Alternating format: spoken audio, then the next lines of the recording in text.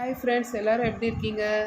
இன்றைக்கி நம்ம சிம்பிளான ஒரு ரெசிபி தான் பண்ண போகிறோம். ரெசிபின்னு சொல்ல முடியாது, அது ஈஸியான ஒரு டேஸ்டான வித்தவுட் ஆயிலில் நம்ம பண்ண போகிறது மாங்காய் பச்சடி. ஓகேவா? மாங்காய் பச்சடிக்கு தேவையான பொருட்கள் என்னன்னு பார்ப்போமா? பாருங்கள், மாங்காய் தோல் சீவி வச்சுருக்கோம்.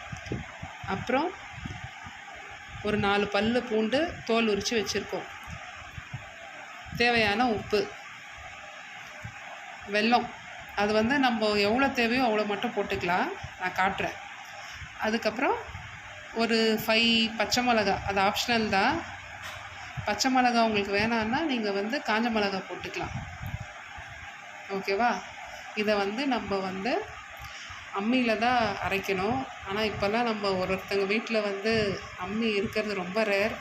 ஸோ அதனால் நம்ம மிக்சியில் தான் குறையமாக அரைக்க போகிறோம். இதெல்லாம் ஃபஸ்ட்டு நம்ம என்ன பண்ண போகிறோம்னா குட்டி குட்டியாக கட் பண்ணிக்க போகிறோம். வாங்க பார்ப்போம். பாருங்கள் ஃப்ரெண்ட்ஸ், மாங்காவை பொடியாக கட் பண்ணியாச்சு, பச்சை மிளகாவும் கட் பண்ணியாச்சு, பூண்டு மட்டும் அப்படியே வச்சுருக்கோம். இதெல்லாம் சேர்த்து நம்ம மிக்ஸி ஜாரில் அரைக்க போகிறோம். ஓகேவா? பாருங்கள், மிக்ஸி ஜாரு, இந்த கட் பண்ண மாங்காயெல்லாம் நம்ம மிக்ஸி ஜாரில் போட்டுக்கலாம்.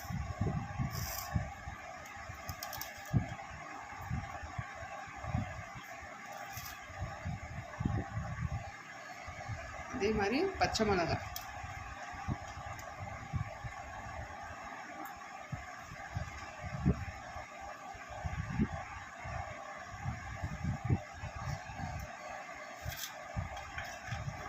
அடுத்தது பூண்டு,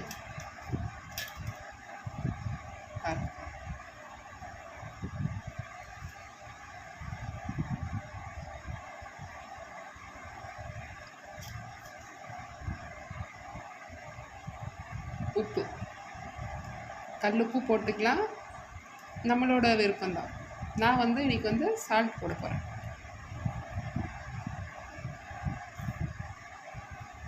உப்பு நீங்கள் அப்புறமா பார்த்துக்கோங்க. அதுக்கப்புறம் வெல்லம், இந்த வெல்லத்தை கொஞ்சமாக வேணால் போட்டுக்கலாம் கட் பண்ணி. வெல்லம் கூட பாருங்கள் ஃப்ரெண்ட்ஸ், நம்ம இதில் கொஞ்சமாக தான் எடுத்துக்க போகிறோம்.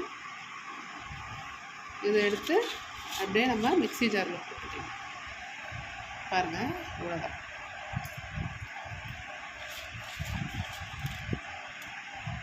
பாருங்கள், இதை நம்ம இப்போது அரைக்க போகிறோம். ரொம்ப ஃபைன் பேஸ்ட்டாகவும் அரைக்கக்கூடாது, சும்மா ஒரு அரைக்குறையாக மட்டும் அரைச்சா போதும்.